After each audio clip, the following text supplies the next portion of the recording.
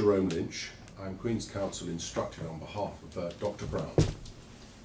This morning, we are compelled to seek to obtain from the Governor of Bermuda a commission of inquiry to investigate the continued inquiry into Dr. Brown.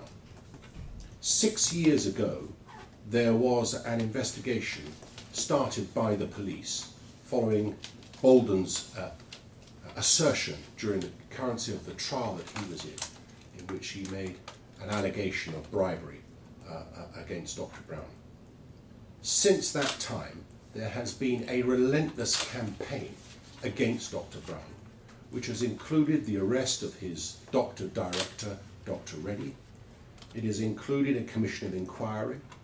It has included the issue of search warrants of his premises, allegations made against him and against the Leigh Clinic in Massachusetts, and the unilateral slashing of fees by the Bermuda Health Council. The combination of this campaign against Dr. Brown has led him to believe that this is more than something which is a genuine investigation. And as such, he has no alternative through me but to call for a commission of inquiry to discover whether or not the police and the Attorney General are in a position to be able to justify such a lengthy inquiry. One thing that cannot be avoided is that no citizen of any country that regards itself as civilized could for 1 minute expect to be under investigation for 6 years with not even one opportunity to be able to say what it is that the allegations amount to and for him to answer them. Millions upon millions of dollars have been expended by the state in seeking to persecute Dr. Brown. He has spent hundreds of thousands of dollars in defending himself against such allegations. The time has come when there has to be a proper inquiry into why any citizen, let alone one who has served his country, should be subjected to such a campaign.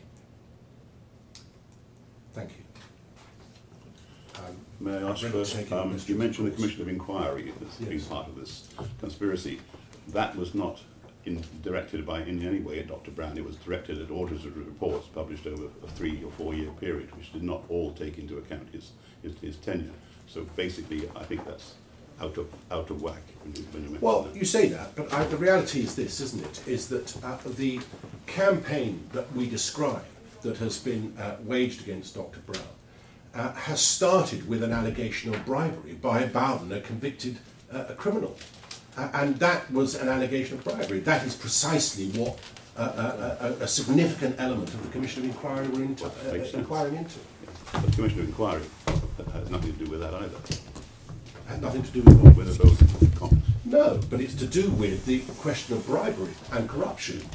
That is a specific ground upon which they were invited to consider whether there was sufficient evidence for the police and or the Director of Public Prosecutions to take into account and to advance in respect of any of the persons that were being inquired into, chief amongst which was Dr. Brown. He was the Premier, after all. By the same criteria, you bring in the Bermuda Health Council and suggest that their actions in slashing costs was directly involved in this conspiracy. How do you make that charge? Well, because there are only 2 providers of diagnostic imaging, which amounts to CT scans and MRI scans on the island. There are only 2. There's the hospital and there's Dr. Brown's clinics.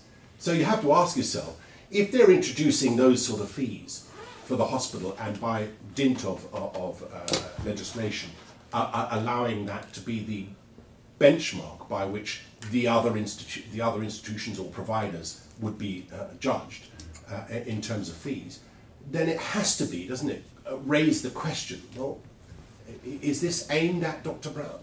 Is it aimed at his clinics?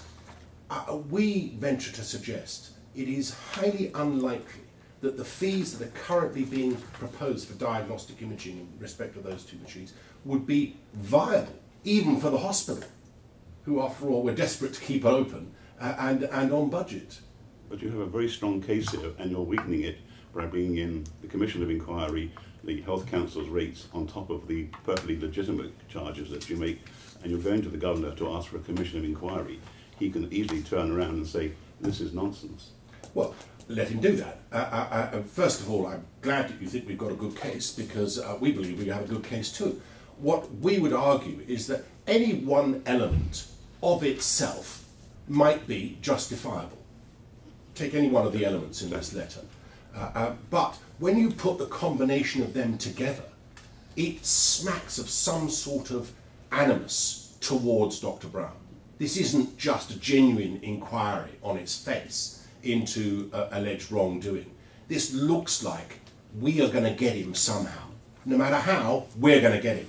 But the we that you refer to, you're bringing in doctors, civil servants, premiers, all kinds of people into a conspiracy that is now talking about hundreds of people. Well, no, not at all. The Bermuda Health Council are a government cradle, ostensibly acting independently. And I ask the question, rhetorically for now, but I do ask the question, is it possible to be able to slash a fee in any business from one figure by 85%, and you don't even consult the person you're going to do it to? Is that a justifiable position to take? And you have to ask yourself, it raises the question, are they being directed by someone else? Is this coming from government rather than a genuine attempt to try and cut fees? And frankly, we all who have to pay our health service here want to see our fees cut, including Dr. Brown. But it has to be done in a fair way. Mr. Lynch, did you feel that you were further justified by the outcome of Dr. Reddy's case? Well, you can't ignore it, can you? If we're alleging a potential abuse of power by the state, the fact that the police are the power by which the executive operates, you have to ask yourself again, have they gone too far? Is the idea of arresting a doctor who is, after all, the sole doctor operating in Dr. Brown's clinic, is going after him directed actually at Dr. Brown rather than Dr. Reddy? I don't know anybody who doesn't like Dr. Reddy. And the idea that you send a troop of police officers at 7 o'clock in the morning to his address when he's about to go off to work to carry out his surgery, it seems to me an extraordinary proposition when he has himself, on many occasions, as the judge found, offered to provide whatever assistance they might need. The trouble is that the police have, or whoever it is, has something in their head about, we are going to get Dr. Brown and we'll do it one way, and if we can't do it that way, we'll do it another way. And had that outcome been different, would you still have gone to the Governor with this Commission of Inquiry request? Unquestionably, you'll see from the letter that we have drafted and sent to the Governor that this element is but one small strand of a campaign that we say has been waged against Dr. Brown for 6 years. Look, no civilised society could turn around and say a 6-year investigation, a man who's now 70 years of age, is justified. If this was a country in Africa, do you imagine what we'd be saying?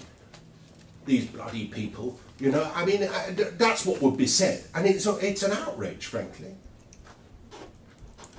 Mr. Lynch, how do you expect this commission to operate, given, firstly, the criticism that was levelled at the most recent Commission of Inquiry, not least by Dr. Brown, who exercised his right to privilege and did not speak before the commission? How would it operate in these circumstances, and how can it therefore be seen as having the full backing of Dr. Brown, who's calling for this? Well, I think that the starting point is that the Governor would have to decide, is there any merit to the application that we're making, the suggestion that we're making. If he thinks that there is merit, then he's got to find the right candidate, hasn't he? And I would suggest that perhaps it's not necessary to have a whole panel of people, but an individual in whom the country as a whole can have confidence. And one might immediately think of the sort of characters who were in government many years ago and who might be able to bring a different dimension to such an inquiry. For example, Sir John might be the sort of candidate that would be good to head up such an inquiry, because he's the sort of person that the country would have confidence in as a whole. One of the criticisms levelled at the Commission, obviously, was also the amount of expense, and you've spoken about expense on the government side, but also expense on Dr. Brown's side. How can you justify that? Well, how do I justify a call for another commission of inquiry? Yeah. Because the government has already spent tens of millions. I mean, on their own admission at the last occasion, they spent 2.3 million investigating just Dr. Brown over a 3-year period. That doesn't take account of what happened before or after. It takes no account of everything else that they have done. I mean, it's millions on any view. I mean, frankly, spending a few $100,000 now to try and get to the bottom of whether there's a conspiracy or not seems to me a pretty good way of stopping the continuing inquiry, at least for now.